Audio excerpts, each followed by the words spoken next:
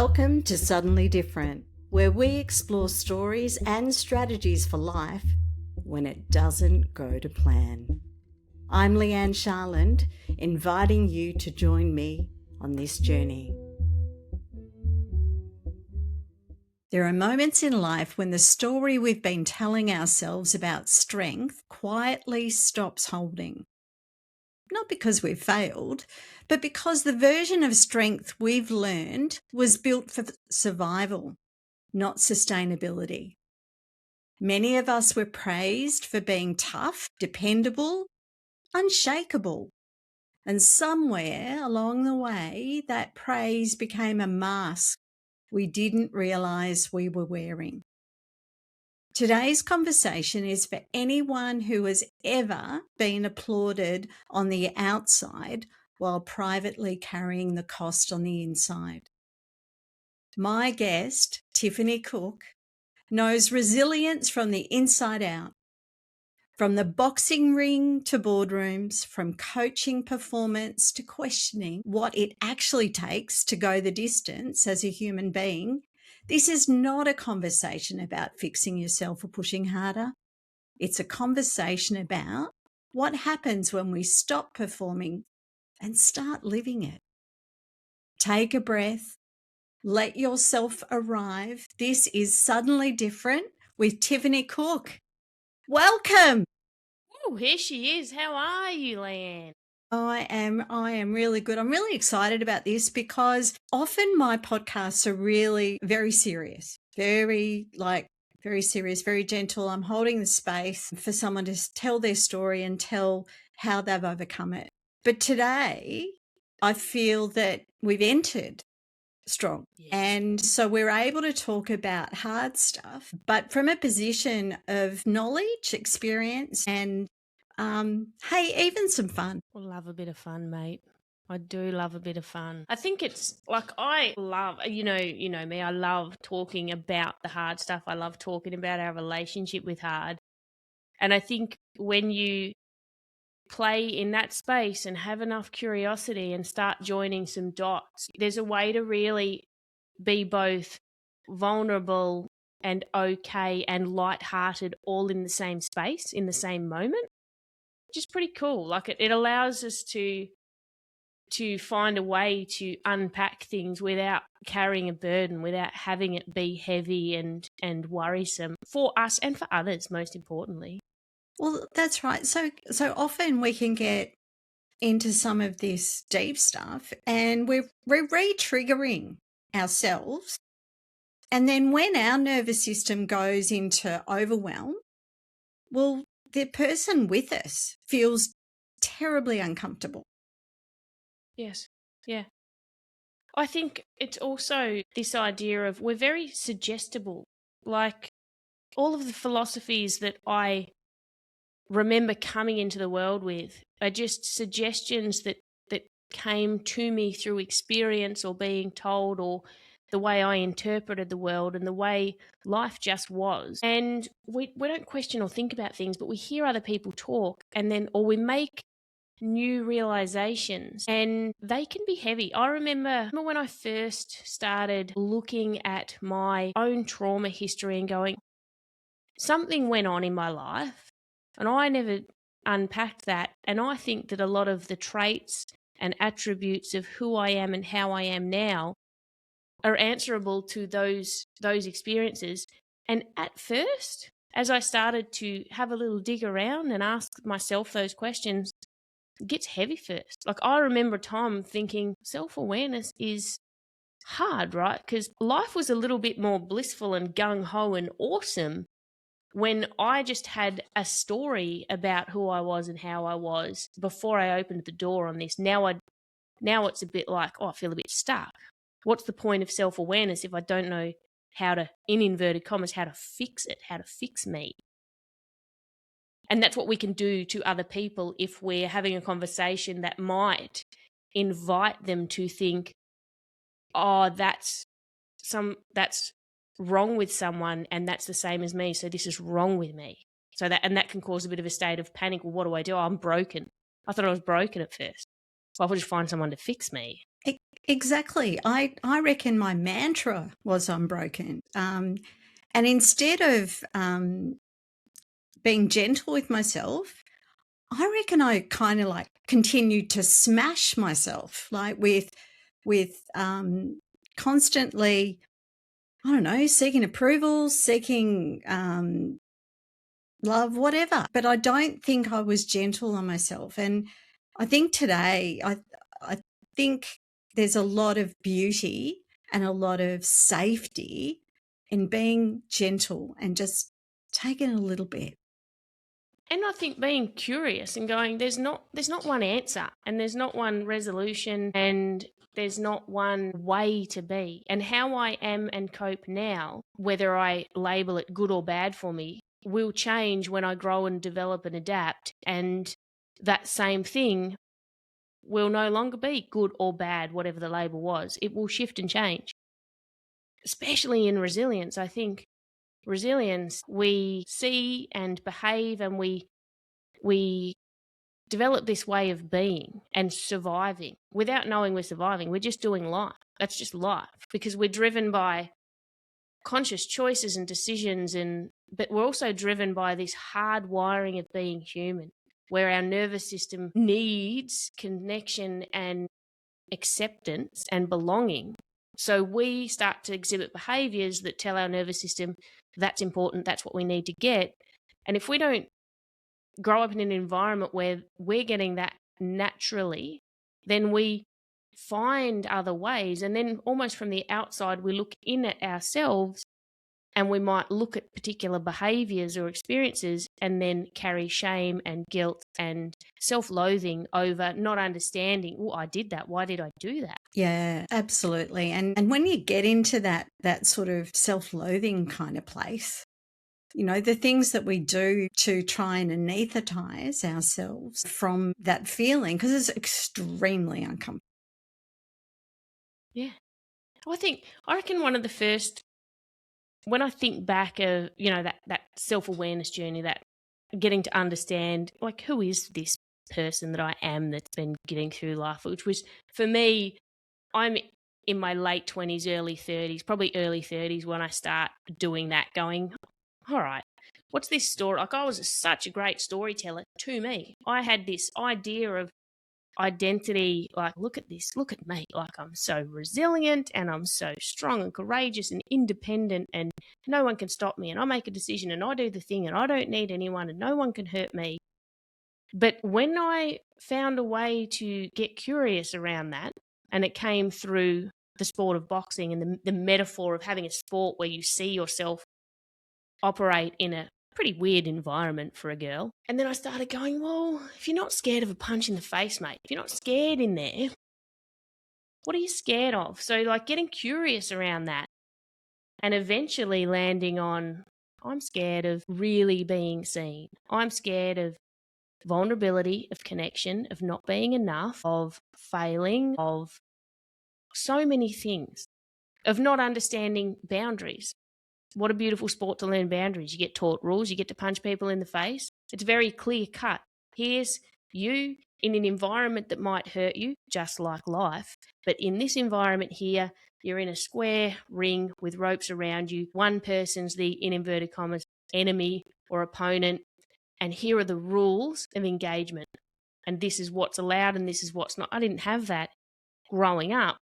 So I think one of my first attractions to boxing was certainty, visibility, along with all of the unconscious connections to functioning in that environment, the dissociation, emotional and physical dissociation from what was happening, and the ability to be seen and see what's happening. Nothing's secret. Nothing's hidden away in the shadows. It's like, here's a ring, lights are on two people, we're getting hurt. Tiff Cook's going to look after herself. You're all going to see that happen. There's nothing in the dark here. Wow. What a Yeah. great way of explaining it. It's Yeah. just because, like, that is, the lights are on. Yeah. You're there. You're being, and I'm curious about that, like the disassociation.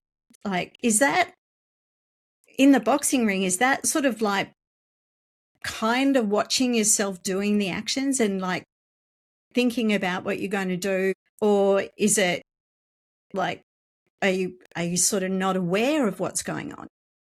I'm going to say it's something I had to learn was a thing for me when I reflected back. It is the ability to disconnect from the present moment, and it was a superpower I had because I'd learned that in childhood. Not safe to feel, don't feel. I started connecting dots when I started going to therapy. And after probably quite a while, probably a few years, I would notice that maybe 2 to 3 days after going to talk therapy, I would have this emotional angst. Like I would have this build up of tension in me that I didn't really know what it was, but it was, and I'd go to training and I'd end up kind of having a bit of emotional breakdown. Wouldn't have a clue what it was all about. But after a while I went, how funny this happens 2 to 3 days after I do talk therapy, which is something that at the time I don't feel like it brings anything up. Well, that's because I'd learned dissociation. Lockdown, not safe to feel. Let's not feel and process the emotion now. 3 days later, it starts to process and come out, but I've got no idea. It's linked.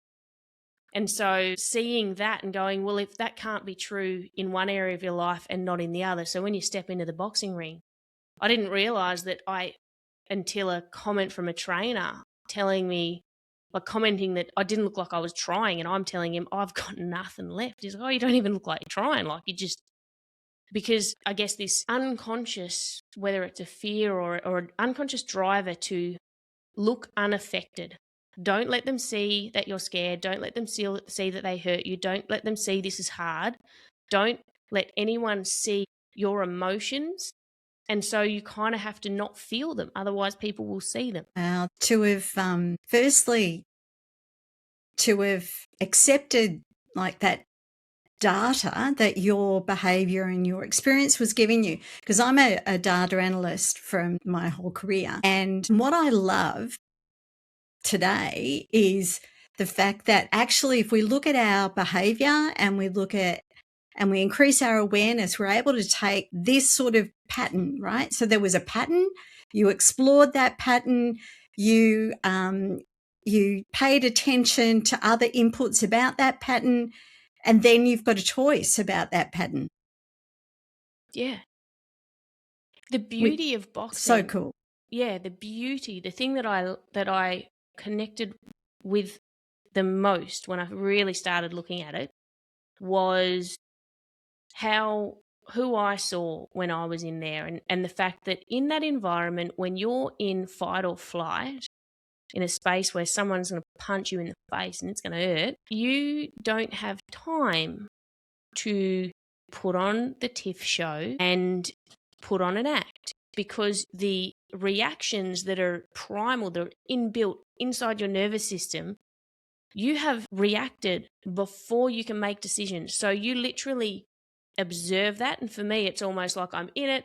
What happened? I'd step out, I'd process it later. I'm like, oh, we did sparring and this happened. I was like, that's not how I thought I would be. How do I and the only way to overcome it is to step back in and rewire how you think and feel and how your body responds to the environment that you're in and the story that you're telling about that. And that's when I kind of realized,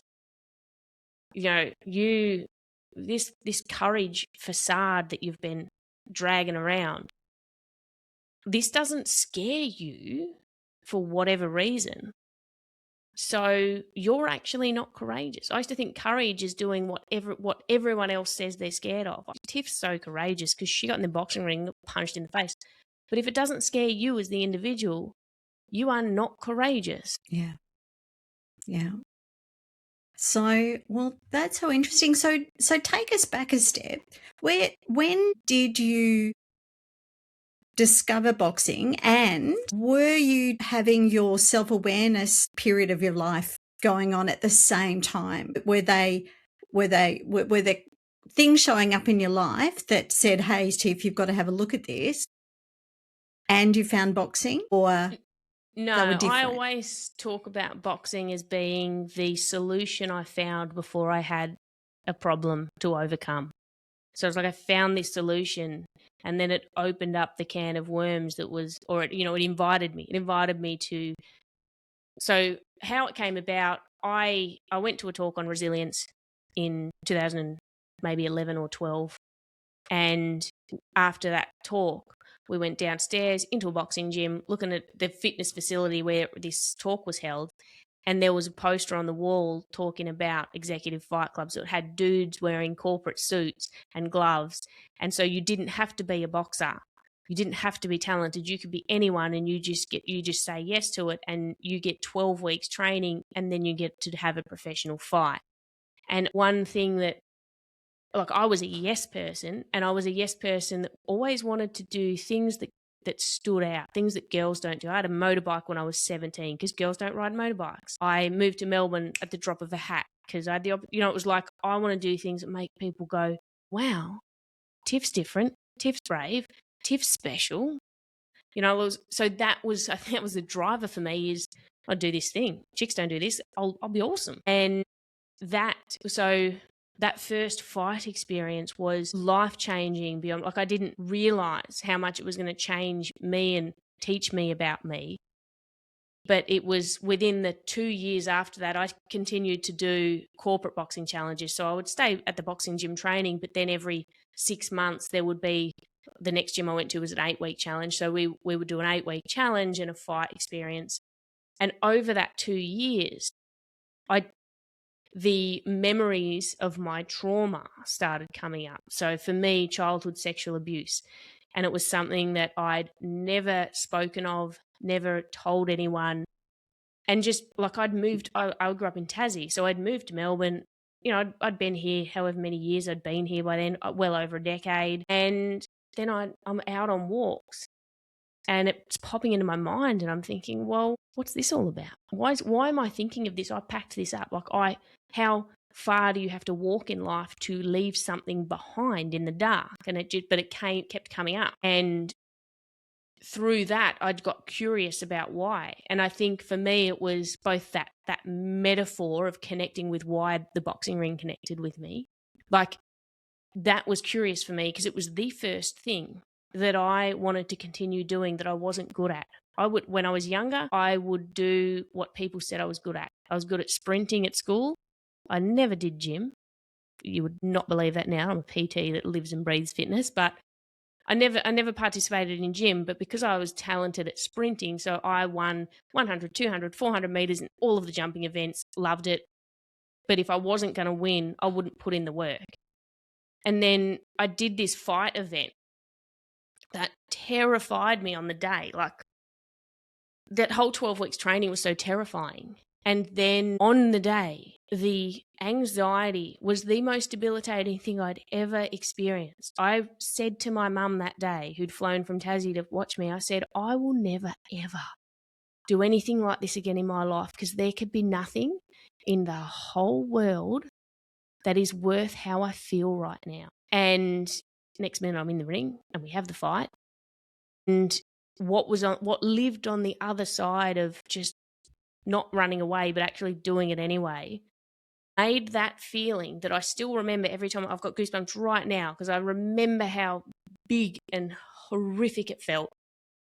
Then on the other side of that was this, like, that negative feeling paled in comparison to, wow, didn't die, did it anyway. Here I am, filled with endorphins, but filled with these lessons of, like, that is a metaphor for my entire life. If, like, I just got in the ring for 2.5, because I won the fight in the third round, 2.5 2-minute rounds, and it's over. And in order to do that, that was the experience. To get there, I had 12 weeks of stepping into discomfort, getting punched in the face, turning up, blood, sweat, and tears, not drinking on the weekends, not having a wine with dinner, not going to bed on time. I had to change all these aspects for a level of discomfort that I had never experienced before. And I went, well, if that's the ratio, 12 weeks to 4.5 minutes, that's already changed my expectations on everything I do.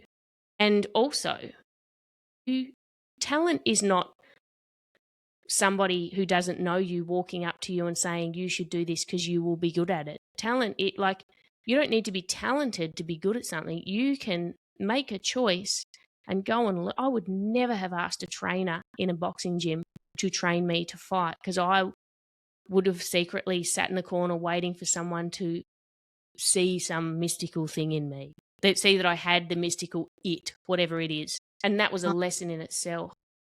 Yeah, I definitely, in my career, I always was waiting for someone to tell me that I should go for the next role or I should, do something, but they never did. No. It's not because I wasn't any good. It was just that I had this facade that I was so good and reliable and didn't need anyone to tell me what to do and was a step ahead of everyone else. But here I was, little Leigh-Anne, sitting waiting for someone to tell me that I was good enough. Yeah. And we think everyone's the best and I'm not enough. Like I was doing just before doing that boxing challenge, I had started going to PCYC down the road, which is, incidentally, it's just closed at the moment, but I was working there as a PT, so it was very cool to go back there. But I'd started doing a couple of boxing classes with my friends, and I remember these pale pink Everlast flailing girly gloves. I was throwing my flimsy little arms around, thinking there were two trainers, Susie and Roy. And I remember thinking they're boxers, they're fighters then. And so if I train hard, I just want them to come and tell me that I should fight. Now, Susie's not a boxer, has never fought. She was just taking a boxing fitness class. And Roy now fights in the Masters, but he wasn't at the time. And so so you look at that and go, in my head, my reality in that moment was, these are boxers that know talent, and I'm in here as a nuffy, and only if they say so. So how many times do we do that in life? Wait for someone we think has the answer. And they're nothing like the story we've told ourselves. Absolutely. All the time. Yeah. Yeah. And if they had have, said anything to you and you'd taken it on, it could have been like the two trajectories. You could have stopped immediately or continued on as you did, but not from something they said. Yeah. Like, how do we learn to ask ourselves the big questions and continue to do it and not be scared and be okay with the answer? Like, I remember especially in the first fight experience, because there's so many big feelings there that there's such clarity around the things that landed for the first time. But this happened all through any of my fights. This idea that there were two voices. There was this voice of, this is quite embarrassing. You are the most incompetent person in this gym, quite uncoordinated. The trainers don't know what, everyone's a bit embarrassed for you. Like, these are the story. I'm like, I'm nervous. I'm not good enough. Can't believe I'm here. I keep turning up.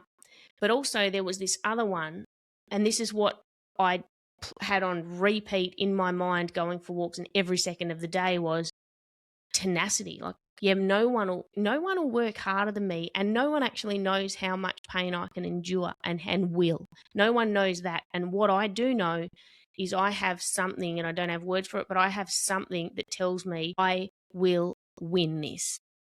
But at the same time as going, I can't win. Like, the two voices saying the opposite things. And I just went, well, I'm going to hold on to that one, and this one here is going to badger me non-stop. And it doesn't end. This is in all of life. It happens to me in podcasting.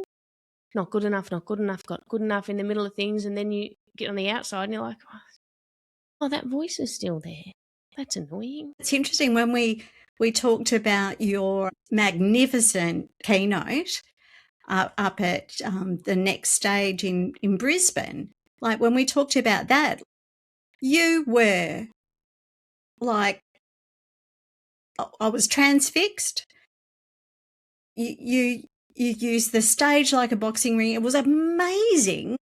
The message you were sharing was like connected on so many levels, and yet you still had that voice. I came incredibly close to pulling the pin on going up and being on that stage.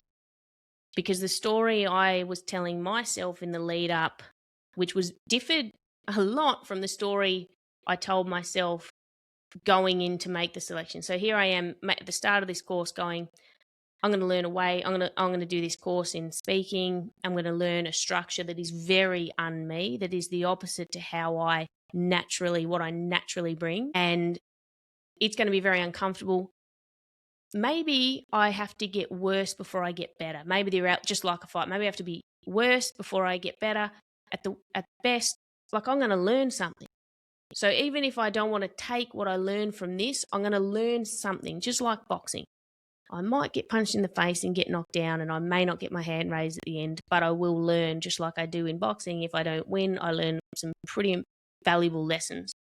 And then we get to fight week or event week for the speaking, and I'm like, I don't think that it's smart for me to go into an environment with in front of all of these great people in my industry, and do a version that is suboptimal and that I'm not comfortable with. And the only reason I did go up and get on that stage is because people had purchased tickets and flights to be there because I was like, you can't mess people around. So you're going to have to do it. But what's that all about? Everything, Tiff, you talk about and everything you learned in boxing is exactly what is trying to push you out of the ring on this event.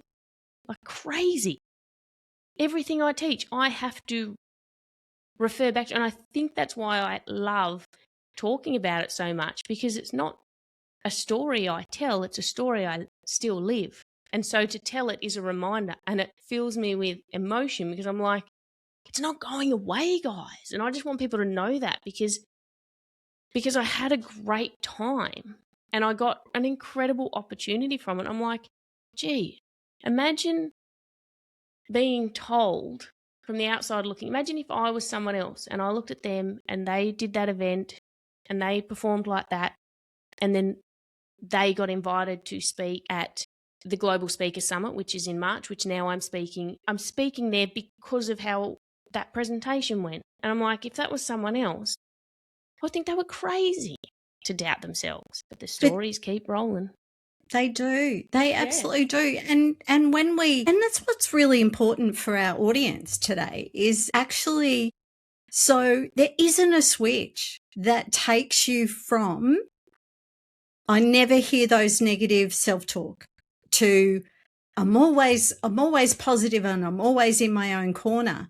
Sometimes that negative self-talk actually can help us to resist, right? So we're telling ourselves we can't do it. And there's a part of us that says, bloody well can. Don't you dare tell me I'm not going to do it. Because, and I don't know whether that's to do with tall poppy or whatever, but I think it's so important. And when you talk about resilience and performative resilience, and you're going, well, I've got to walk what I talk what I walk, whatever. I've got to acknowledge the fact that I'm talking about doing the tough stuff, doing it physically, doing it emotionally and intellectually. And sometimes there's a negative voice there. Yeah. And also, what's the tough stuff? What is the tough stuff? Because when I started my podcast in 2020, Roll with the Punches, which was a metaphor for life, I want to talk to people who have been through the punches because I want to know what they've learned. Because my curiosity was, why does an experience make one person? Why is it for one person it's the catalyst for their greatness? And why for another person does it become an anchor that pulls them down? And what can we learn? Like, why can one experience have two different outcomes from two different people? So that was what can we learn? And after starting the show, I also thought, I also want to talk to people that have just absolute weapons in this world. People who are the greatest people that have learned and overcome and created businesses or success or run ultra marathons and done the inhumanely impossible, if those are even words. I'm just making them up now. But what I realized real quick was not two sets of people. Same conversation wrapped in a different bow. We're having the same conversation. It is just the perspective or the driver or the perception that that person has on the story they're telling, and whether or not it is a healthy or positive experience for them now or throughout it is also dictated by how well they understand themselves. Not every ultra marathon runner is in an unhealthy cycle, but some of them might just be running and not understanding that they're running from something and can't stop and can't be still. Getting in the ring is one of the hardest things to do. Step in the ring and put yourself in front of humans, in front of judgment, in danger where you can get physically hurt, publicly humiliated, self-doubt, all of the things, right? There's a lot of big feelings there. But at some point, doing the hard thing is going, what do I want out of this? And is this the best for me? Doing the hard thing is going, why do I need to be a boxer? And is that a healthy thing for me? There's a lot of healthy aspects. I don't fight now because brain health. And I'm sad for the lessons that I wish I still got to immerse myself in. I miss it so much. But I have a different set of values now. And I understood at a point in my curiosity, my self-awareness, my therapeutic journey, I understood that when I chose therapy to tap into my emotions so that I could connect better and have better relationships in the future and understand myself, I knew that switch wasn't a at-home switch. It was also in the boxing ring. So a question I asked was, do you want to be a world champion boxer? Do you want to chase that path? Because if you hit the emotion switch out here, you're hitting it in there, and that superpower of dissociation and being able to walk into any punch and almost not feel it and not care, that tenacity will evolve and become a challenge. And it did.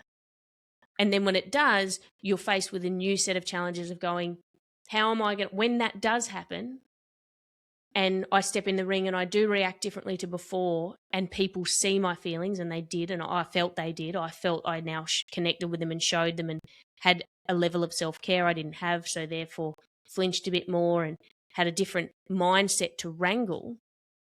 What's the story I'm going to tell me about me as a result of that, and what mindset work do I need to do to be okay? Because we can say a lot of things, but the reality can be different.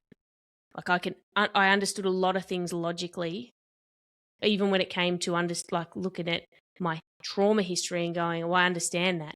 It's not until but what does my body understand? What's my body doing when I'm in an environment? And what do I need to do to shift that? It's interesting that you're talking about like brain health, because getting hit, right? Mm. And I mean, those of us who've had childhood trauma, there is damage in our brains, right? It is actually findable on different tests and scans. And so we've already got a differently wired brain. So, with choosing such a physical sport where your head is sort of the target a bit, you do have to look at that physical aspect of, all right, so is this the best use of my health? Yeah. Yeah. What is future me going to want? And also realizing the versions of ourselves that we are through life. Like identity is such a huge piece. Last year, so a bit over 12 months ago now, I said yes to a relatively impromptu experience of going to the Himalayas with one of my podcast regular guests. He was running a leadership retreat. It was the most incredible opportunity. Said yes to that and didn't know much about the program. So when people said, "Oh, what are you doing in the Himalayas?" I was like, I don't know, but what I really want right now is to be somewhere that is not here in this life, away from Tiff the boxer, away from Tiff the podcaster, away from all of my friends that relate to me and reinforce, because that's who I'm around, because I've selected people that are like me. So I'm in the gym with those people, I'm on podcasts with those people. I want to be in a different environment with different people, and I want to remember who's left underneath all of that. Because I was so attached to Tiff the boxer. Like, this is, what was that, 2020, the end of 2024. So that was the year Mark Seymour released the album The Boxer. He'd written a song about me. So here I am. I've spent months that year looking at one of my first amateur fight photos, me just before I stepped into the ring, on billboards around Australia as the boxer. And there's been one of Australia's greatest songwriters and musicians has written a song inspired by my story and lay it on. So here I am. I'm a boxing trainer in a boxing gym. I'm a speaker, that so much of my lessons and my passion comes from this sport of boxing that taught me so much. And so I'm so attached to this identity. Who's left? Like, because I wasn't that that was 2012 I stepped into the ring. Less than half of my life consists of being a boxer. And at that time, less than 5 years of it, a podcaster. Yet I'm walking around going, I'm Tiff, I'm the boxer and the podcaster. No, who were you before? And who will you be tomorrow? Because there might be something so much better ahead that doesn't involve being any of those things. But we forget. Oh, I do. We do. And you think about how you're introduced to people, right? So what do, right? So automatically, when you get introduced, you're busy looking for the best, 30, 45 seconds pitch that you can say of, hey, I'm a super duper person. I mean, and I know with having the cognitive problems that I've had and where I've got to, I still have problems because I don't work. I don't, at most, the thing I do is I have a podcast, but I don't classify myself in that as being a specialty. It is a passion, but I'm not special at it. But we do, society sort of like attaches our identity, and we then surround ourselves with people, as you said, that reinforce that. But it can be that we're stuck, right? We've lost track of who we really are deep down inside. Yeah. And one of the biggest exercises that I brought home from the leadership experience in the Himalayas was working on our identity statement, like an I am statement. Who am I? And that takes a lot of work. It sounds simple, but it's like, well, who are you? Like, take away the labels, take away what you do, take away your relationship with other people, because those things are big. People are mums and dads, their sisters, their brothers, their carers, their partners, their wives, their husbands. Okay, if you're not any of that, who am I? Not who am I today, who am I when I go to work, what's the uniform I wear? Answering that question is really hard. And then in the middle of trying to construct a statement that you can attach to that says this is who I deeply am and what I care about, then what tends to come up, it takes time.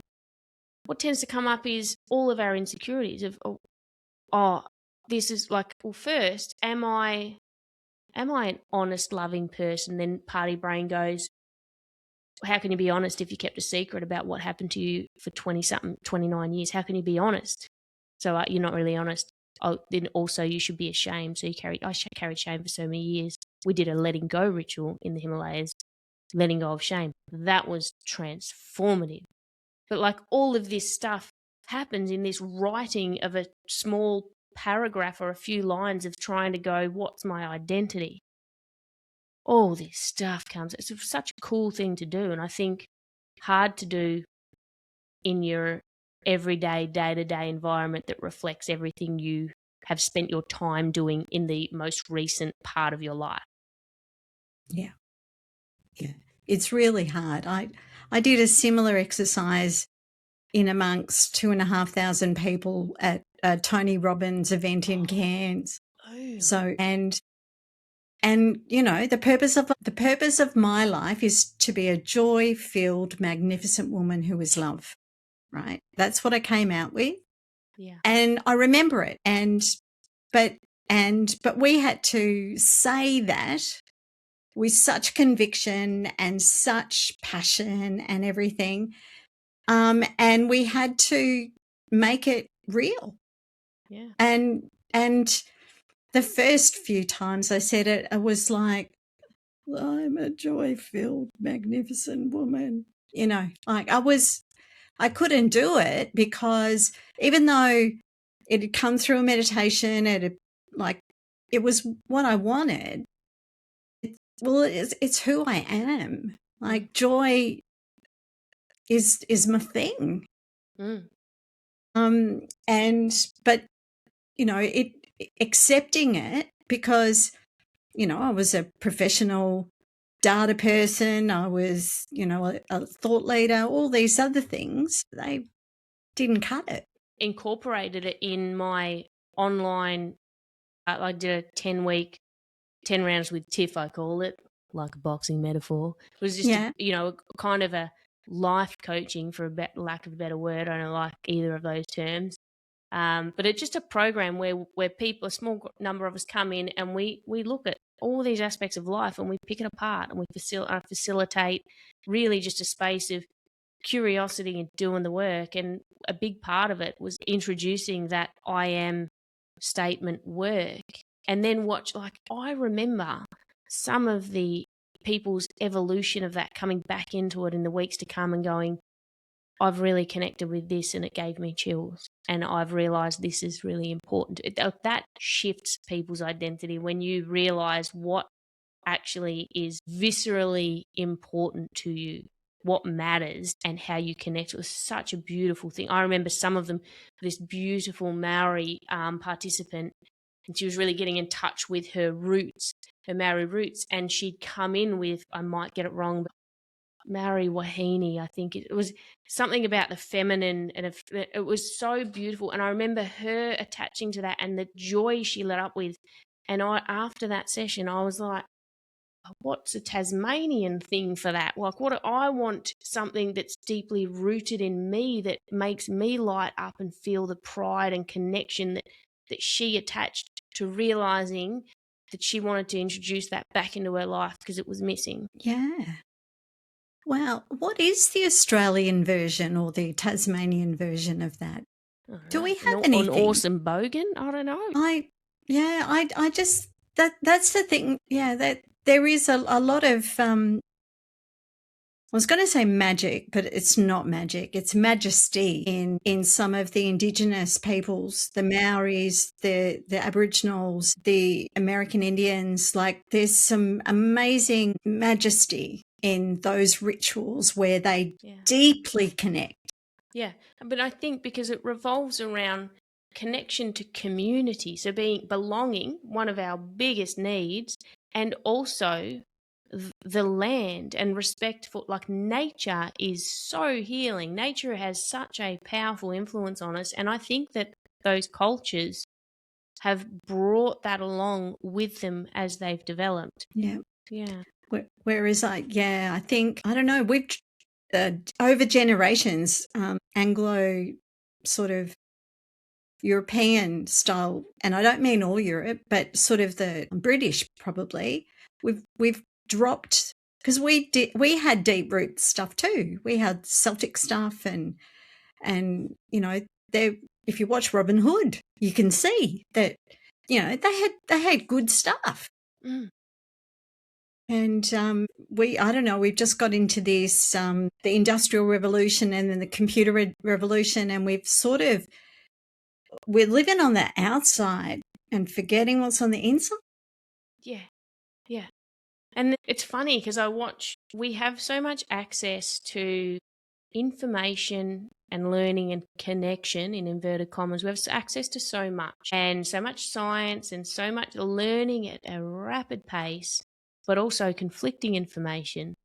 But also the vehicle for that is also the very thing that disconnects us. It gives us dopamine, takes away our driver for other things, it addicts us, it actually disconnects us. So the thing that is teaching us logically and cognitively about its existence, about why we might be the way we are, is also robbing us of it more. And it's a little bit heartbreaking because there's those primal drivers that are driving us, and then there's just our conscious mind on top going, just chasing rabbits, chasing cognitive rabbits.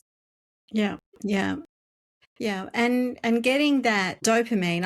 I'm reading a book at the moment, or listening to it, called The Dose Effect. Ooh.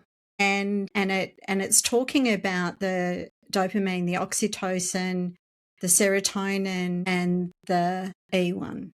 But it's talking about Endorphins. Endorphins. That's right. It's 3 out of 4 ain't bad. Hey, I'm all about the endorphins, mate. Boxing gave me that in spades. But it's so it's really interesting to understand the science of that in relation to society as it is today, in relation to the physical and health impacts of it, Yeah.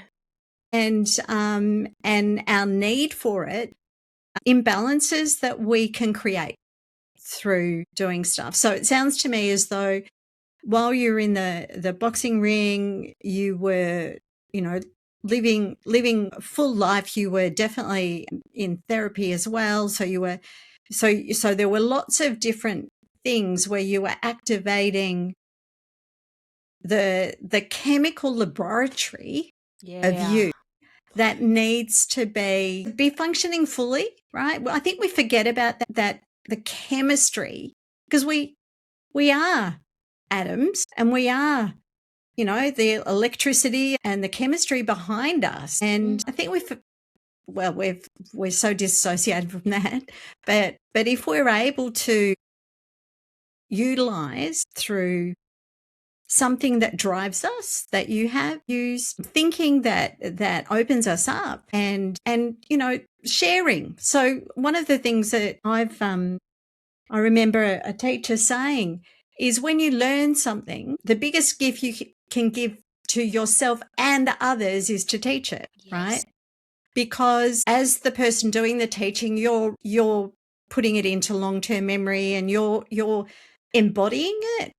But you're giving someone else the opportunity to learn, right? And we all have different people attracted to us, and so everybody's style is different, and what they'll listen to from some person is different to another.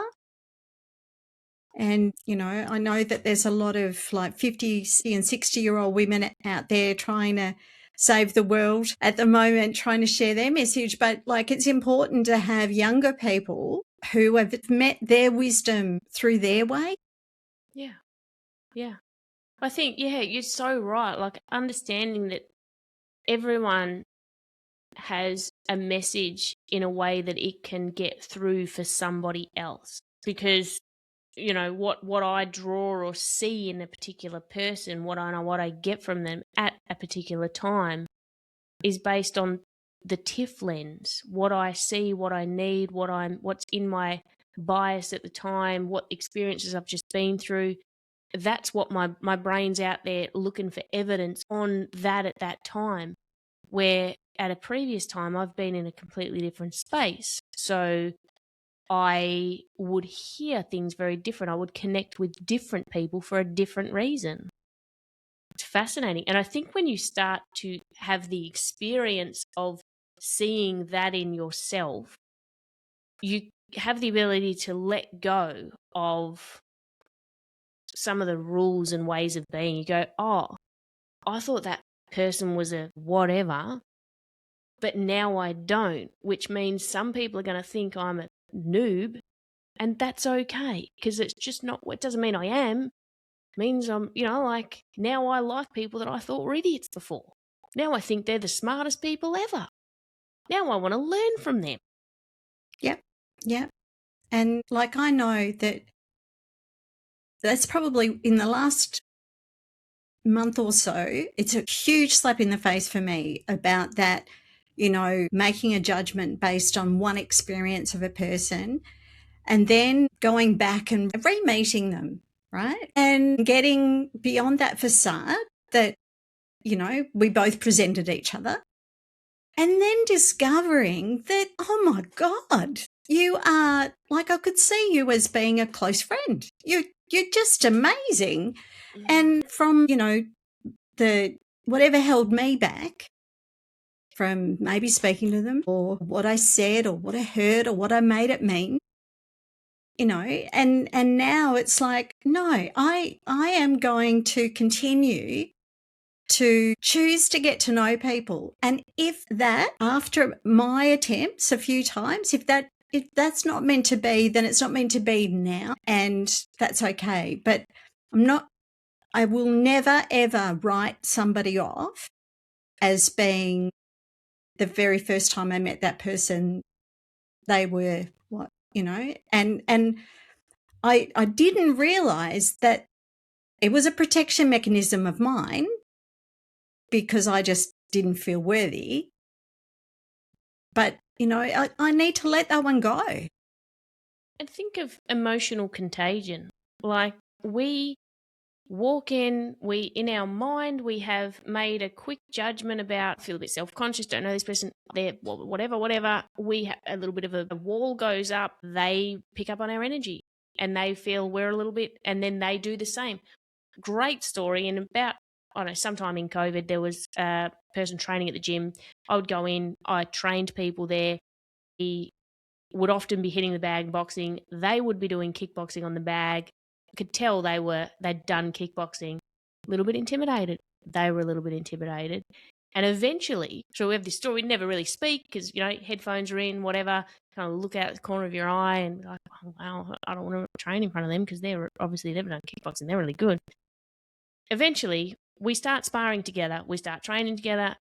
And eventually we have this conversation about kind of our interpretation of, you were really intimidating. Oh, I didn't think you liked me. I didn't think you now we are really close friends. And it's so funny because I go, and I've done that before, be training. And I remember a family coming in and they were wearing a particular boxing gym's shirts and I'm hitting the bag by myself and I'm like, they're judging me. They think I'm crap. And it's like, Tiff, you've had 14 fights. You've won 3 state titles. You're a boxing coach. You're hitting the bag. They're not what they came up and complimented me. But the whole time I was hitting the bag, I was embarrassed because I'm like, oh, they're judging me. They think I'm crap. My goodness. Oh, my goodness. I know. And so, yeah, for our listeners, it's like, how human do you feel right now? Because, this is what goes on in our heads. We've got this thing, it's trying to protect us. It's sort of not doing its job. It's kind of the negative ego, right? So it's sort of like it's trying to protect us, but that's only because we've been hurt before. And our pattern doesn't have to be that we get hurt all the time, right? We can choose to be in a boxing ring. We can. Yeah, we can. We can choose to do that, or we can choose, something else. But we've got multiple thoughts in our heads, and we've got many people around us who are feeling the same way. And if we could, guide you, and you'll get from every podcast, you'll get more guidance. So, Tiff, what's one belief about strength that you had to unlearn, not intellectually, but in your body? Sitting with emotions, understanding emotions and accepting them. I think we often label particular emotions as either wrong, I'm wrong for feeling this, I'm bad for feeling this, I'm unworthy, or we actually don't understand what's triggered that emotion and what do I need. Like, emotions aren't wrong, they're there, they happen. Sometimes we just need to get a bit curious so that we can understand them, so that we can put in what we have. It brings up a need. What do I need? Easy. I think that's probably emotions was the me. Yeah. And we do, I don't know, I was brought up in a Catholic school. You know, if you need something, well, that's like wanting something, so that's selfish. You know, it's, again, reframe. Needs are good. Yeah. Needs are real. Needs drive us. And let me mention one other thing that because this highlighted to me last year. I really felt the effects of it when it comes to resilience. Excitement is as impactful on the nervous system as anxiety. So I had a year where some really big stuff happened that was quite hard. And I also had a year where there was so much excitement. Like, you go, well, where's the downtime from that? Like, you can't be excited every day in a row and not be exhausted from it. So I think we can discount that too. Like, yeah, that was, I don't know, I just felt that was really interesting when I sat in the middle of that year and looked back and went, all that big stuff, that's burned me. I need downtime from that. Not because it was bad or scary, quite the opposite, because it was amazing. You can't live in amazing forever. Dopamine is not serotonin. Well, that's right. That's right. And like, it is true. You've got to feel the feels. You've got to feel all of the feels. Right. And so, you know, when you're looking at resilience, it's having that awareness, and it's about, you know, like knowing. It's learning, it's knowing, it's questioning. It's all of those things, because resilience isn't just pushing through. It can't be. No, definitely not. And there was a period during long COVID when the good old Codral ad was embarrassing, when, you know, soldier on, and, you know, but we've gone back to the pre-COVID times of, you know, like soldiering on, but soldiering on isn't the answer. And awareness is. Yeah.